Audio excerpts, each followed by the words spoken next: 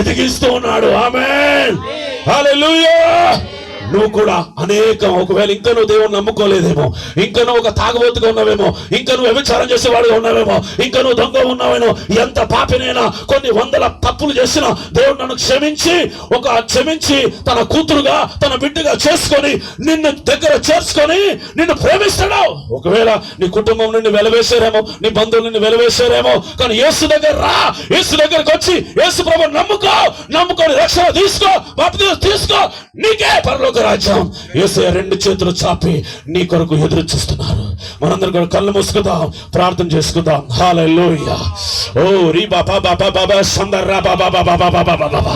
ఇంకా అనేక మంది ఉన్నారు, విశ్వాసములు కోల్పోయిన వారు ఉన్నారు, ప్రార్థన లేని జీవితంలో ఉన్నారు, అనేక మంది ఉపవాసం లేని వారి జీవితాలు ఉన్నాయి. ఈ మారు మనసు లేని బిడ్డలు అనేక మంది ఉన్నారు. ఈ క్షణమే నువ్వు మారు మనసు పొందు. ఇతడే ఇప్పుడే యేసయ్య సమీపము, నీ సమీపముగా ఉన్నాడు, నీ దగ్గరికి వచ్చాడు. యేసయ్య నీ హృదయంలో ఆహ్వానించు, నీ ఇంట్లో ఆహ్వానించు, నీ కుటుంబంలో ఆహ్వానించు. నువ్వు అగ్నిగుండంలో తప్పించబడతావు. నీకే పరలోక రాజ్యము, నీకే. నీ కొరకు నా యేసయ్య చనిపోయిండు, నీ కొరకు నా యేసయ్య రక్తం కార్చిండు. యేసయ్య నీ పాపాల నిమిత్తమే ఓ ప్రతి ఒక్క జాతి కొరకు, ప్రతి ఒక్క మతస్థుల కొరకు, ప్రతి ఒక్క వ్యక్తి కొరకు నా యేసయ్య చనిపోయిండు. చనిపోయి మూడో దినములో లేచి పరలోకం వెళ్ళాడు. మళ్ళీ నా యేసయ్య రాబోతున్నాడు. ఇంకా నువ్వు ఎంతకాలం వేడి చేస్తావు, ఎంతకాలం పాపం జీవితంలో జీవిస్తావు, ఎంతకాలం లోక ఆశలో జీవిస్తున్నావు. యేసయ్య దగ్గరికి వచ్చాయి, యేసయ్య దగ్గరికి వచ్చాయి. యేసయ్య నువ్వు నమ్ముకో. అయ్యా నీకు స్తోత్రాలు ఆయన.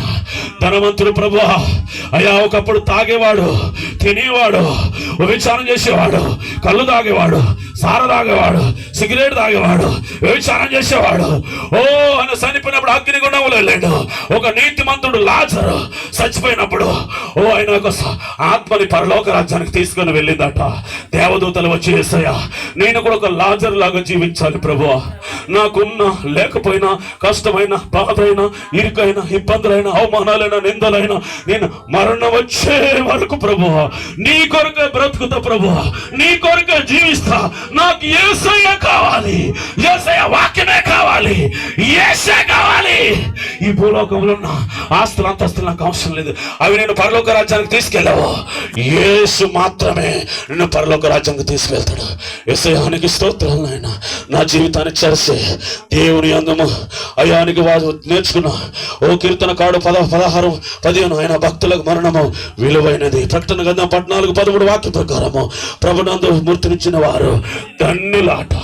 అయ్యా నేను ఒక ధన్యుడిగా జీవించాలి. ఈ గ్రామానికి నా ద్వారా కొన్ని వేల వందల ఆత్మలు రక్షించబడాలి ప్రభువా. మా కుటుంబం రక్షించబడాలి, మా తమ్ముడు రక్షించబడాలి, మా చెల్లె రక్షించబడాలి, మా ప్రాంతం రక్షించబడాలి, మా దేశం రక్షించబడాలి అని నువ్వు ప్రార్థించు.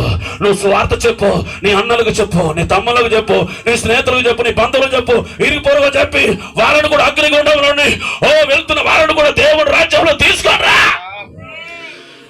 అయ్యా నీకు వందనాలు, నీకే మహిమ ఘనత ప్రభావాలు చెల్లించి యేసు నామమున అడుగుచున్నాం తండ్రి. ఆమేన్, ఆమేన్. అలానే కళ్ళు మూసుకుందాం. కోట